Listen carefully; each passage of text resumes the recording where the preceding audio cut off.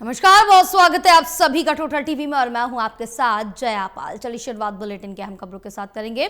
बड़ी जानकारी, अमेरिका और ईरान के बीच फिर तनाव बढ़ गया है। ईरान पर तीसरी बार अमेरिका का ये बड़ा हमला है। कई शहरों में विस्फोट की आवाजें सुनाई दी। अगले आदेश तक ईरान ने बंद किया होर्मुज स्ट्रेट। तो ईरान ने अगले आदेश तक होर्मुज स्ट्रेट बंद कर दिया है। तो बड़ी अपडेट आप तक पहुंचा रहे हैं, जहां अमेरिका और ईरान के बीच एक बार फिर से तनाव बढ़ गया है। ईरान पर तीसरी बार अमेरिका का ये बड़ा हमला है और इसके साथ ही दोनों के बीच लगातार तनाव बढ़ता जा रहा है। कई शहरों में विस्फोट की आवाजें भी सुनाई दी हैं।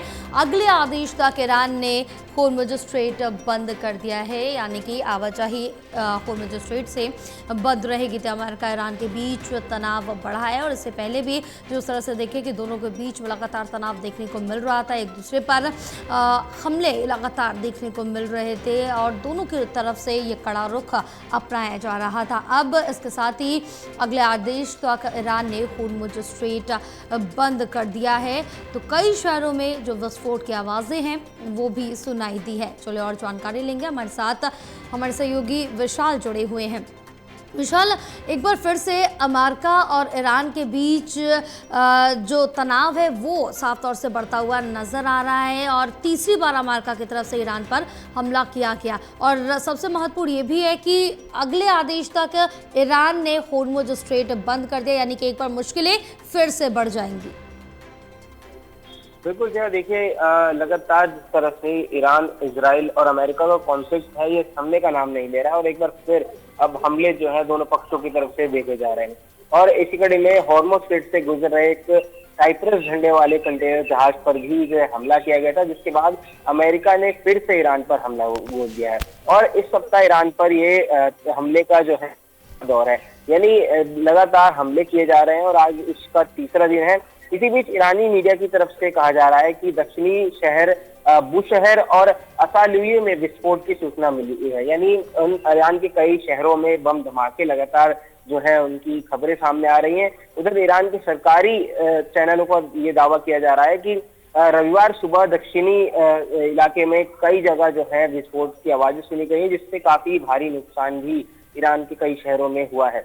हालांकि किसी की जान माल का जो जानकारी है, फिलहाल इसकी सूचना अभी तक सामने नहीं आई है, लेकिन ये बताया जा रहा है कि ये हमले जो है तब हुए हैं जब जहाज पर अटैक के बाद ईरान ने हॉर्मुज को बंद करने का ऐलान कर दिया था। यानी एक बार फिर से ईरान ने हॉर्मुज को बंद करने का ऐलान किया है, जिसके बाद अमेरिका और ज्यादा आक्रामक होकर जो है ईरान पर लगातार हमले कर रहा है। और ईरान के खिलाफ जो है अमेरिका ने पहले से ही मोर्चा खोला हुआ है। एक बड़ी चेतावनी भी कहीं ना कहीं डोनाल्ड ट्रंप की तरफ से ईरान को पहले ही दे दी गई है कि अगर किसी भी परिस्थिति में डोनाल्ड ट्रंप की हत्या ईरान द्वारा की जाती है तो ईरान का नामो निशान जो है वो दुनिया के नक्शे से मिटा दिया जाएगा। इसकी तैयारी पहले से ही अमेरिका ने कर ली है, यानी पहले से ही कई मिसाइल जो है वो ईरान के ऊपर टारगेट करके सेट कर दिए गए हैं कि अगर